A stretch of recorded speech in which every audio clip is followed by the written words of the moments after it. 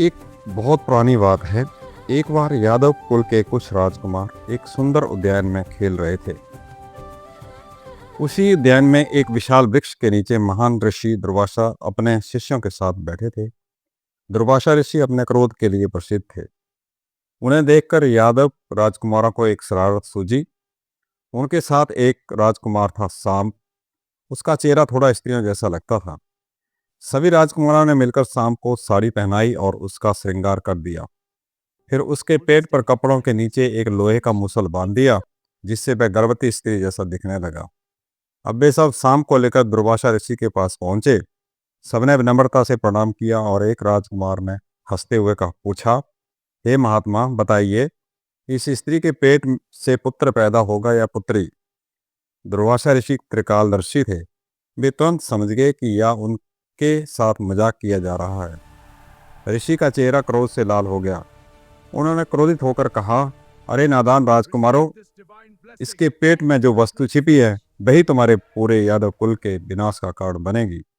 ऋषि का यह भयानक श्राप सुनकर राजकुमार डर गए। वे तुरंत भागते हुए भगवान श्री कृष्ण के पास पहुंचे और सारी घटना उन्हें बता दी। श्री कृष्ण ने गंभीर स्वरूप में कहा, तुमने बहुत बड़ी गलती की है। महात्माओं के साथ मजाक करने का परिणाम बहुत भयानक होता है। फिर श्री कृष्ण ने आदेश दिया कि उस मूसल को तुरंत पीसकर चूर्ण बना दो और उसका चूरा नदी में बहा दो। ध्यान रहे, उसका एक भी टुकड़ा बाकी नहीं रहना चाहिए। राजकुमारों ने वैसा ही किया। मूसल को बारीक पीसकर नदी में बहा दिया गया। कुछ समय बाद वही चूरा नदी के किनारे की मिट्टी में मिल गया और वहां कुछ घास उगाई। एक दिन यादव राजकुमार फिर उसी स्थान पर पहुंचे। वे खेलते खेलते उस कुछ घास को उखाड़कर एक दूसरे पर मारने लगे, लेकिन वह घास साधारण नहीं थी। उसकी धार इतनी तेज थी कि कई राजकुमारों के शरीर से खून निकलने लगा। देखते ही देखते खेल झगड़े में बदल गया और झगड़ा युद्ध में।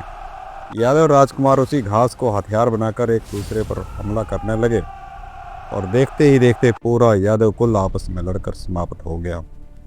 लेकिन कहानी यहीं खत्म नहीं होती। मूसल का एक छोटा सा टुकड़ा पूरी तरह नष्ट नहीं हुआ था।